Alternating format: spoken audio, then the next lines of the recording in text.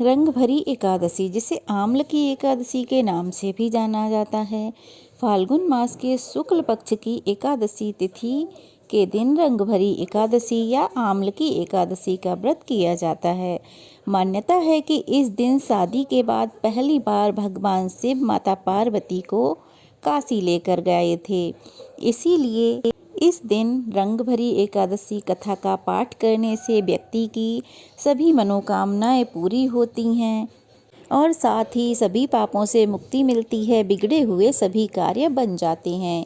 यह एकादशी व्रत कथा हम सभी को सुननी चाहिए। अगर हम व्रत रख के इस कथा को सुनते हैं तो बहुत अच्छी बात है, लेकिन अगर किसी कारणवश हम व्रत नहीं भी रख सकते हैं तो भी इस कथा को सुन के हम पुण्य प्राप्त कर सकते हैं। तो चलिए एकादशी व्रत कथा प्रारंभ करते हैं। तो अब आपको रंग भरी एकादशी की कथा का श्रवण कराने के लिए लेकर चलते हैं महाभारत काल की ओर, जहाँ पर इंद्रप्रस्थ के राजमहल में धर्मराज युधिष्ठिर अपने राज सिंहासन पर बैठे मन में एकादशी व्रत के गूढ़ रहस्य को जानने की इच्छा लिए हुए बैठे थे। तभी महल के द्वार पर एक रथ रुका, जिसके ध्वज पर गरुड़ की छवि चमक रही थी। रथ से उतरे पीतांबरधारी श्री कृष्ण, उनके दर्शन मात्र से पूरा संसार दिव्यता से भर गया। युधिष्ठिर महाराज ने हाथ जोड़कर उन्हें आसन पर विराजमान कराया और पूछा, हे माधव, यह एकादशी किस प्रकार से दिव्य है, हमें इसका बोध कराइए। तब श्री कृष्ण ने मंद मुस्कान के साथ बताया, हे धर्मराज, फाल्गुन शुक्ल एकादशी दो कारणों से दिव्य मानी जाती है। इसी दिन भगवान शिव माता पार्वती को लेकर काशी लौटे और उनके भक्तों ने रंगों के साथ उनका भव्य स्वागत किया। तो वहीं भगवान विष्णु के प्रिय वृक्ष आंवले के वृक्ष का पूजन करने से भक्तों को पुण्य की प्राप्ति मिलती है। यह एकादशी जीवन में आनंद और मोक्ष दोनों का ही द्वार खोलती है। हे महाभाग, सुनो, तुम्हें इस समय मैं एक प्रसंग सुनाता हूँ, जिसे राजा मांधाता के पूछने पर एक समय वशिष्ठ जी ने कहा था। फाल्गुन शुक्ल पक्ष की एकादशी का नाम आम्ल की एकादशी है। इसका पवित्र व्रत विष्णु लोक की प्राप्ति कराने वाला है। राजा मांधाता ने पूछा, हे द्विज श्रेष्ठ, यह आम्ल की कब उत्पन्न हुई, मुझे इसका महात्म्य बताइए। तब वशिष्ठ जी ने कहा, सुनो, पृथ्वी पर आम्ल की उत्पत्ति किस प्रकार हुई ये बताता हूँ। आम्ल की एक महान वृक्ष है जो सब पापों का नाश करने वाला है। भगवान श्री विष्णु के थूकने पर उनके मुख से चंद्रमा के समान कांतिमान एक बिंदु प्रकट हुआ। वह पृथ्वी पर गिरा और उसी से आम्ल की अर्थात आंवले का वृक्ष उत्पन्न हुआ। यह सभी वृक्षों का आदिभूत कहलाता है। उसी समय समस्त प्रजाजनों की उत्पत्ति करने के लिए विष्णु जी ने ब्रह्मा जी को उत्पन्न किया। उन्हीं से इन प्रजाओं की सृष्टि हुई। देवता, दानव, गंधर्व, यक्ष, राक्षस, नाग तथा निर्मल अंतःकरण वाले महर्षियों को श्री ब्रह्मा जी ने जन्म दिया। उनमें से देवता और ऋषि उस स्थान पर आए जहाँ विष्णु प्रिया आम्लकी का वृक्ष था। महाभाग, उसे देखकर देवताओं को बड़ा आश्चर्य हुआ। वे एक दूसरे को देखते हुए उत्कंठा पूर्वक उस वृक्ष की ओर देखने लगे और खड़े खड़े सोचने लगे, पाकड़ आदि वृक्ष तो पूर्व कल्प की ही तरह है, जो सबके सब हमारे परिचित हैं, किंतु इस अद्भुत वृक्ष को तो हम नहीं जानते। उन्हें इस प्रकार चिंता करते हुए देखकर एक आकाशवाणी हुई, महर्षियों, यह आम्लकी का वृक्ष है जो श्री विष्णु जी को बहुत प्रिय है। इसके स्मरण मात्र से गौदान का फल मिलता है। स्पर्श करने पर 2 गुना और फल भक्षण करने पर 3 गुना फल प्राप्त होता है। इसीलिए सदा यत्न पूर्वक आम्लकी का सेवन करना चाहिए। यह सब पापों को हरने वाला वैष्णव वृक्ष बताया गया है। इसके मूल भाग में श्री विष्णु, ऊपरी भाग में श्री ब्रह्मा, स्कंद में परमेश्वर, भगवान रुद्र, शाखाओं में मुनि, टहनियों में देवता, पत्तों में बसु, फूलों में मरुतगण और फलों में समस्त प्रजापति वास करते हैं। आमल की सर्वदेवमयी बताई गई है। विष्णु भक्त पुरुषों के लिए यह परम पूज्य है। ऋषि बोले, अव्यक्त स्वरूप से बोलने वाले महापुरुष, हम लोग आपको क्या समझें? आप देवता हैं या कोई और, हमें ठीक ठीक बताइए। आकाशवाणी हुई, जो समस्त भूतों के कर्ता और सभी भुवनों के कर्ता हैं, जिन्हें विद्वान पुरुष भी बड़ी कठिनता से देख पाते हैं, वही सनातन विष्णु मैं हूँ। देवाधिदेव भगवान विष्णु का कथन सुनकर उन ब्रह्म कुमार ऋषियों के नेत्र बड़ी आश्चर्य से चकित हो उठे। उन्हें बड़ा विस्मय हुआ। वे आदि अंत रहित भगवान की स्तुति करने लगे। ऋषि बोले, संपूर्ण भूतों के आत्मभूत आत्मा एवं परमात्मा को नमस्कार है। अपनी महिमा से कभी च्युत न होने वाले अच्युत को प्रणाम है। अंतरहित परमेश्वर को बारंबार प्रणाम है। दामोदर और यज्ञेश्वर को नमस्कार है। हे प्रभु, आपको प्रणाम है। आप विश्व के स्वामी हैं, आपको नमस्कार है। ऋषियों के इस प्रकार स्तुति करने पर भगवान विष्णु संतुष्ट हुए और बोले, तुम्हें कौन सा अभीष्ट वरदान दूं? तब ऋषि बोले, हे भगवान, हे प्रभु, अगर आप संतुष्ट हैं तो हम लोगों के हित के लिए कोई ऐसा व्रत बतलाइए जो स्वर्ग और मोक्ष रूपी फल प्रदान करने वाला हो।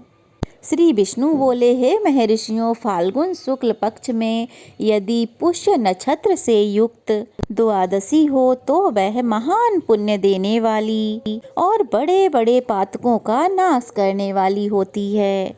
हे ऋषियों, उसमें जो विशेष कर्तव्य है, अब उसको सुनो।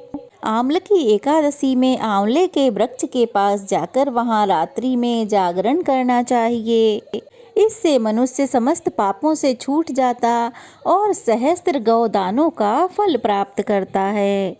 हे विप्रों, यह व्रतों में उत्तम व्रत है जिसे मैंने तुम लोगों को बताया है। ऋषि बोले, हे भगवान, इस व्रत की विधि भी बताइए। ये कैसे पूर्ण होता है? इसके देवता, नमस्कार और मंत्र कौन कौन से बताए गए हैं? उस समय स्नान और दान कैसे किया जाता है? पूजन की कौन सी विधि है और उसके मंत्र क्या हैं? इन सब बातों का यथार्थ पूर्वक कृपया वर्णन कीजिए। भगवान विष्णु ने कहा, हे ऋषियों, इस व्रत की जो उत्तम विधि है, अब उसको श्रवण करो। एकादशी को प्रातः काल दंत धावन करके यह संकल्प करें, हे पुंडरीकाक्ष, मैं एकादशी को निराहार रहकर दूसरे दिन भोजन करूंगा। ऐसा नियम लेने के बाद पतित, चोर, पाखंडी, दुराचारी, मर्यादा भंग करने वाले और गुरु पत्नी गामी मनुष्यों से वार्तालाप ना करें।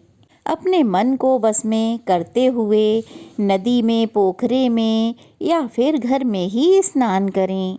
स्नान करने से पहले शरीर में मिट्टी लगाएं और इस प्रकार से कहें, हे वसुंधरे, तुम्हारे ऊपर अश्व और रथ चला करते हैं तथा वामन अवतार के समय भगवान विष्णु ने भी तुम्हें अपने पैरों से नापा था। हे मृत्तिके, मैंने करोड़ों जन्मों में जो भी पाप किए हैं उन सभी पापों को हर लो। फिर स्नान करते हुए इस प्रकार कहें, जल की अधिष्ठात्री देवी, हे माता, तुम संपूर्ण भूतों के लिए जीवन हो, वही जीवक जो समस्त जीवों का रक्षक है। आप रसों की स्वामिनी हो, आपको नमस्कार है। आज मैं संपूर्ण तीर्थों, कुंडों, झरनों, नदियों और देव संबंधी सरोवरों में स्नान कर चुका। मेरा यह स्नान उक्त सभी स्नानों का फल देने वाला हो। विद्वान पुरुषों को चाहिए कि वह परशुराम जी की सोने की प्रतिमा बनवाए। प्रतिमा अपनी शक्ति के अनुसार 1 या आधे माह से स्वर्ण की होनी चाहिए। स्नान के बाद घर आकर हवन और पूजा करें। इसके बाद सभी प्रकार की सामग्री लेकर आंवले के वृक्ष के पास जाएं। वहां वृक्ष के आसपास की जमीन को शुद्ध और साफ कर लें। फिर साफ की हुई जमीन पर मंत्रों के साथ एक शुद्ध कलश स्थापित करें। कलश में पंचरत्न और दिव्य गंध आदि छोड़ दें। श्वेत चंदन से उसको चर्चित करें, कंठ में फूल की माला पहनाएं, सब प्रकार की धूप से सुगंधित करें, जलते हुए दीपकों की श्रेणी सजाकर रखें, सब ओर से सुंदर और मनोहर दृश्य दिखाई दे। पूजा के लिए नवीन छाता, जूता और वस्त्र भी मंगाकर रखें। कलश के ऊपर एक दिव्य पात्र को रखकर उसे खीलों आदि से भर दें।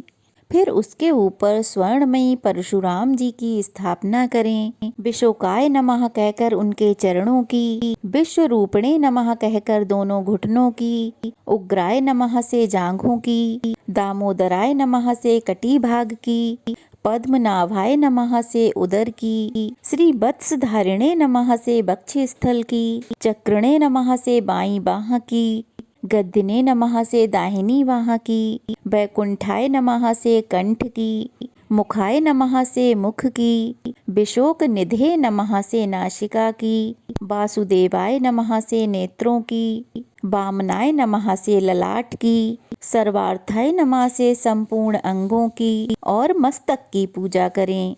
इसके बाद भक्ति युक्त चित्त से शुद्ध फल के द्वारा देवाधिदेव परशुराम जी का पूजन करें। अर्घ देते समय इस प्रकार कहें, हे देव देवेश्वर जमदग्नि नंदन श्री विष्णु स्वरूप परशुराम जी, आपको नमस्कार है, नमस्कार है। आंवले के फल द्वारा दिया हुआ मेरा यह अर्घ कृपया ग्रहण कीजिए। इसके बाद भक्ति युक्त चित्त से जागरण करें, नृत्य, वाद्य, संगीत या फिर श्री विष्णु संबंधी कथा वार्ता वह रात्रि व्यतीत करें। उसके बाद भगवान विष्णु के नाम ले लेकर आमलकी वृक्ष की परिक्रमा 108 या फिर 28 बार करें। उसके बाद सवेरा होने पर श्री विष्णु जी की आरती करें और ब्राह्मण की पूजा करके वहाँ पर जो भी सामग्री है वह सब उसको दान कर दें। परशुराम जी की मूर्ति, कलश, जूता, 2 वस्त्र आदि सभी कुछ दान कर दें और ये भावना करें कि परशुराम जी के रूप में भगवान श्री विष्णु मुझ पर प्रसन्न हों। इसके बाद आमलकी का स्पर्श करके उसकी परिक्रमा करें। फिर स्नान करने के बाद विधि पूर्वक ब्राह्मणों को भोजन कराएं। इसके बाद कुटुंबियों के साथ बैठकर स्वयं भी भोजन करें। ऐसा करने से जो पुण्य होता है वह भी बतलाता हूँ, सुनो।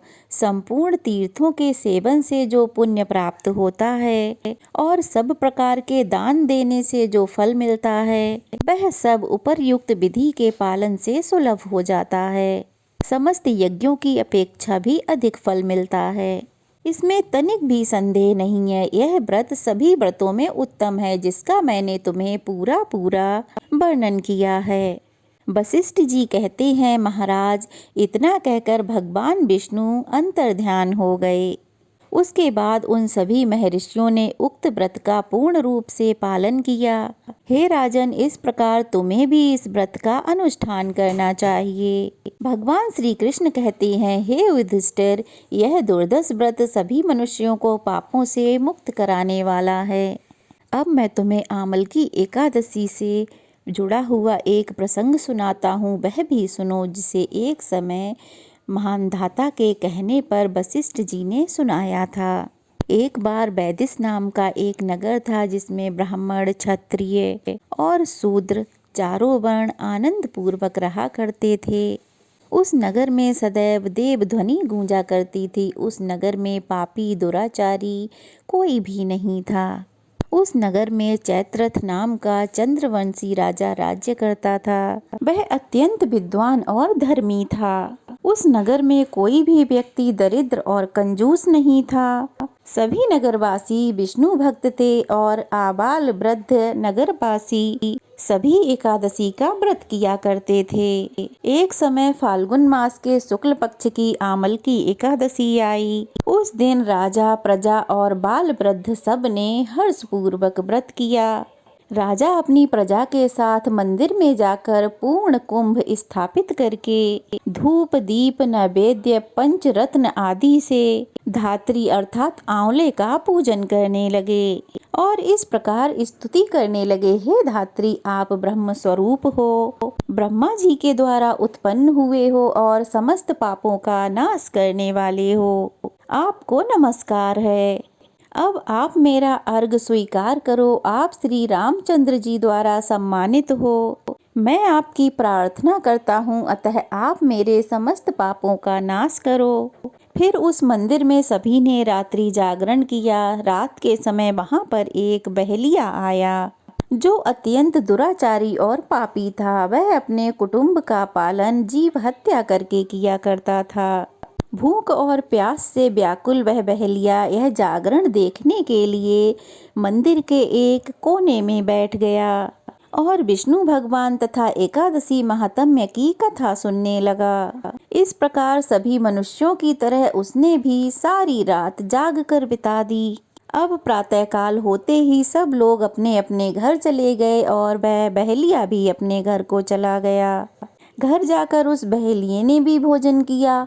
अब कुछ समय के बाद उस बहेलिये की मृत्यु हो गई। आमल की एकादशी की रात जागरण और कथा सुनने से उस बहेलिये ने अगले जन्म में राजा विदुरथ के घर में जन्म लिया और उसका नाम वसुरथ रखा गया। युवा होने पर वह चतुरंगनी सेना सहित 10,000 ग्रामों का पालन करने लगा। वह तेज में सूर्य के समान, कांति में चंद्रमा के समान, वीरता में भगवान विष्णु के समान और क्षमा में पृथ्वी के समान था। वह अत्यंत धार्मिक, सत्यवादी, कर्मवीर और विष्णु भक्त था। वह प्रजा का समान भाव से पालन करता था। दान देना उसका नित्य कर्तव्य था। एक दिन राजा शिकार खेलने के लिए गया। दैव योग से वह मार्ग भूल गया और मार्ग भूल जाने के कारण वह वहीं जंगल में एक वृक्ष के नीचे सो गया। थोड़ी देर बाद पहाड़ी मलिच्छ वहां पर आ गए और मारो मारो कहते हुए राजा की ओर दौड़ने लगे। मलिच्छ कहने लगे, इसी राजा ने हमारे माता पिता, पुत्र पौत्र आदि संबंधियों को मारा है और देश से भी निकाल दिया है। ऐसा कहकर वे सभी मलिच्छ राजा को मारने के लिए दौड़े और अनेक प्रकार के अस्त्र शस्त्र उसके ऊपर फेंकने लगे। वे सब अस्त्र शस्त्र राजा के पास आते ही नष्ट हो जाते और उनका बार पुष्पों के समान जान पड़ता। अब देखते ही देखते उन मलिच्छों के अस्त्र शस्त्र उल्टा उन्हीं पर प्रहार करने लगे, जिससे वे सभी मूर्छित होकर गिरने लगे। उसी समय राजा के शरीर से एक दिव्य तेज उत्पन्न हुआ। वह तेज रूपी स्त्री अत्यंत सुंदर होते हुए भी उसकी भ्रुकुटी टेढ़ी ही थी। उसकी आंखों से लाल लाल अग्नि निकल रही थी, जिससे वह दूसरे काल के समान प्रतीत हो रही थी। वह स्त्री मलिच्छों को मारने दौड़ी और थोड़ी ही देर में उसने सब मलिच्छों को काल के गाल में पहुंचा दिया।